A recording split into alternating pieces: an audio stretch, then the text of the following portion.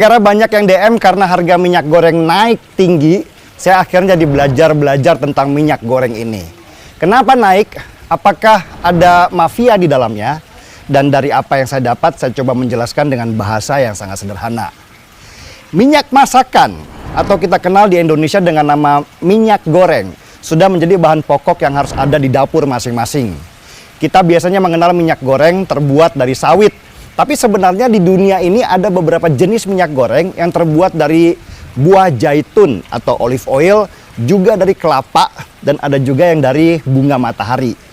Tapi minyak goreng yang sangat kita kenal terbuat dari buah sawit. Dan kebetulan negara kita adalah produsen minyak sawit terbesar di dunia di atas Malaysia, Thailand, Kolombia, dan Nigeria. Bahkan kalau digabungkan, minyak sawit produksi Indonesia dan Malaysia menguasai 80% pasokan minyak sawit di dunia. Negeri kita dengan lahan jutaan hektar memang cocok untuk ditanami hasil alam seperti sawit yang butuh lahan luas untuk produksinya. Di internasional, minyak sawit dikenal dengan nama CPO atau Crude Palm Oil. Harga belinya ditentukan oleh dunia internasional karena ternyata minyak dari sawit bukan hanya digunakan untuk minyak goreng saja, tetapi macam-macam kebutuhan di dunia seperti kosmetik, mentega, sampai BBM yang bernama biodiesel. Nah, biodiesel inilah yang kemarin membuat hubungan Eropa dan Indonesia juga Malaysia rusak. Eropa menuding pohon sawit membuat penebangan hutan gila-gilaan di Indonesia, sehingga mereka memprotes dengan menutup negara mereka dari impor hasil dari sawit. Indonesia kemudian membalas dengan tidak mengirimkan nikel yang menjadi bahan utama untuk industri baja di Eropa, sehingga akhirnya Eropa menggugat Indonesia ke pengadilan internasional. Oke, dari penjelasan itu kita akhirnya tahu kalau minyak dari sawit nggak hanya dipakai untuk minyak goreng saja. Sehingga meskipun negara kita adalah produsen sawit terbesar di dunia, sangat mungkin kita di dalam negeri krisis minyak goreng. Kenapa? Karena pengusaha sawit lebih suka mengekspor hasil sawitnya ke internasional. Harganya lebih tinggi karena kebutuhan minyak sawit atau CPO di dunia semakin lama juga semakin tinggi. Apalagi ketika di Malaysia pasca pandemi banyak pekerja sawit yang tidak bekerja karena kena COVID, sehingga produksi sawit di Malaysia pun turun.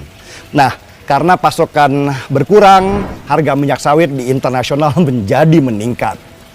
Selain itu, beberapa negara yang biasanya pemasok minyak goreng dengan bahan kanola seperti Kanada dan Argentina, panen kanolanya terganggu.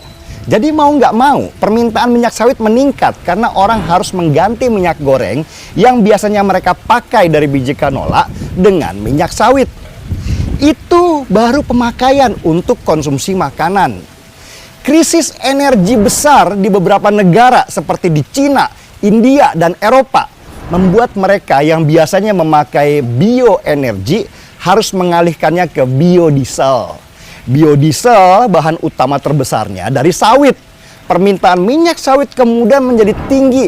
Pasokannya berkurang, harganya pun menjadi gila-gilaan.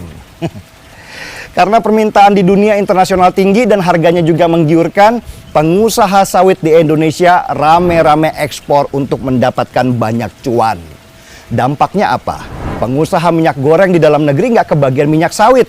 Nah, karena kurangnya pasokan minyak sawit untuk minyak goreng inilah yang membuat harga minyak goreng kemudian naik tinggi. Apalagi mendekati Natal dan Tahun Baru, di mana konsumsi makanan juga akan tinggi-tingginya. Harga minyak goreng pasti akan naik lagi. Belum lagi ada spekulan yang nahan minyak goreng di gudang dan ingin dapat cuan besar kalau minyak goreng harganya semakin tinggi karena langka. Yang jadi korban ya emak-emak di dapur yang teriak karena uang belanja jadi berkurang sebab minyak goreng harganya semakin mahal. Jadi sebenarnya tingginya harga minyak goreng sekarang bukan karena ada mafianya, tetapi karena permintaan dunia terhadap minyak sawit sedang tinggi-tingginya dan harganya mahal, sehingga pengusaha sawit lebih senang mengekspor hasil sawitnya. Semoga penjelasan sederhana ini bisa bikin kita lebih paham apa sih sebenarnya akar masalahnya.